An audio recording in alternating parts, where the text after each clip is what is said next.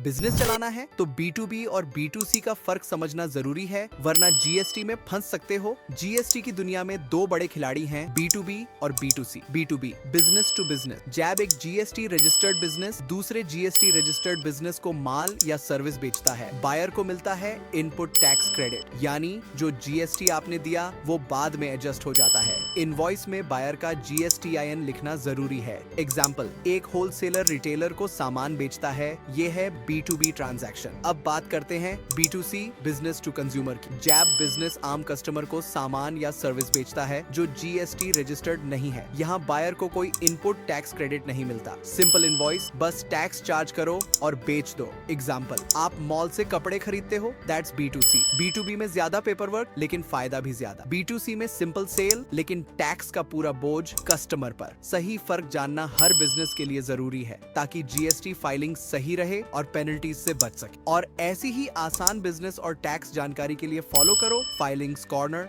Official India.